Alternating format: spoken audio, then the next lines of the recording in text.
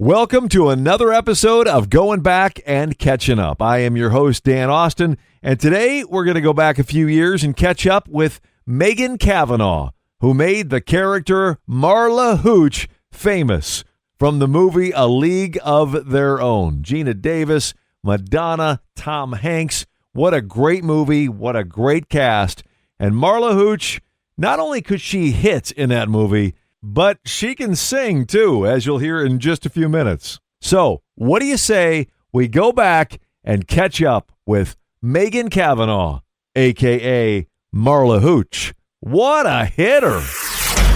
We're here with Megan Cavanagh at the Tin Caps game, getting ready for the Fort Wayne Daisies night. First of all, it's a pleasure. Thank you so much. I'm so happy to be here. This is awesome. Just my daughter and I watch this movie like all the time, and every time it's on, it's like, okay, wherever it's at, we can pick right off. I love that so much. And I hear that from a lot of people. I love that so much. That's good. So in the scene where Jon Lovitz comes to scout you and you're hitting the crap out of baseballs across the gymnasium, and then all of a sudden he comes over and you lift your hat, the reaction from him is priceless. How many times did it take for you guys to shoot that scene? You know, I don't remember it taking long, and I do remember other scenes being very, very long. But it was... that scene was so wonderful in my memory, the hitting part, especially because I got to do my own hitting, and I had worked really, really hard, and I was doing 85 miles an hour in the cages on both right and left, and I had to learn to bat left-handed for this movie. Right and left? You were a switch hitter hitting 85 miles an hour? Yes, sir, I was. It was an amazing feat. I mean, you had to have athletic ability or you couldn't be cast. That was because originally David Anspaugh was doing the movie. He did Hoosiers, and he was a director that really wanted athletes.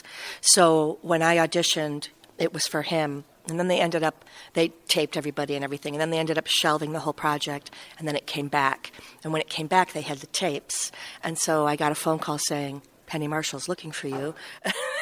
And I had played like the best ball of my life at that audition. I have never played better before or since, just then.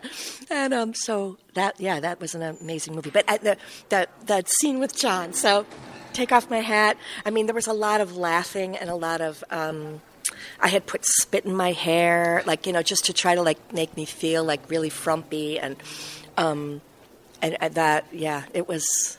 He's such a great actor. He's so funny, and he kept saying, "You really are an attractive woman," and I was like, "Whatever, Jon. I'm laughing all the way to the bank. I'm good." So, would you say that you were of all the actresses and everything that were in the movie, were you the best? Do you think, or who was the best one? No, definitely not the best.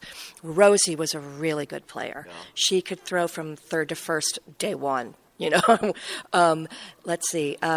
Lori Petty was a really a very talented athlete, too. She was really fast. And when she and Gina had those running scenes, she had to sort of slow down because she's super quick. Let's see. There were a lot of really good players. A lot of the people that made up the rest of the team, like Patty Pelton and Robin Knight and Connie and names Kelly Simpkins. Those guys were ball players. Yeah. Those gals, and they were amazing players. And so it helped to have people who played their whole lives, because I had not. I played 16-inch softball in Chicago, and had never used a mitt, so I only knew how to hit. I didn't know how to really field that well. I wasn't a great fielder. I played in a theater league. You know how that goes. Well, 16-inch softball. I'm from Chicago, so I know exactly what you're talking about. There's no mitts involved. It's just the ball. Yeah, it's really fun. And it was a theater league, and it was co-ed, so the guys always took, they would always sort of push you out of the way and make the play. But I could hit. And so I had a boyfriend at the time who played pepper with me all the time. I actually, his name is Paul Roeder. Paul, if you're hearing this, thank you so much for teaching me how to hit. So in the scene where you guys are at the bar, you break out and you slide out and you're doing the karaoke and you're singing to Nelson, It Had to Be You. What is your go-to karaoke song, would you say? If you were at a karaoke bar, what would you pick? Gosh, that's a hard one. I don't think I do karaoke. Oh, I like to sing Crazy with a German accent. Crazy. Or maybe it's Russian. Crazy for thinking you loved me. I won a karaoke contest with Pepper Perry Davis, one of the original players. She wrote the All-American Girls Professional Baseball song, and she and I and a bunch of other people were at a karaoke bar, and I put down, it was Russian, Svetlana, and they said, Svetlana, where are you from? I was from Russia. I did this whole thing. And I sang it. And oh my God, we laughed so hard. And I won like dinner for two at I am never going to be in this town again. So I gave it to a local. But that's my go-to song now. That's incredible. So you mentioned the song Victory. Do you know the word? Can you sing some of that?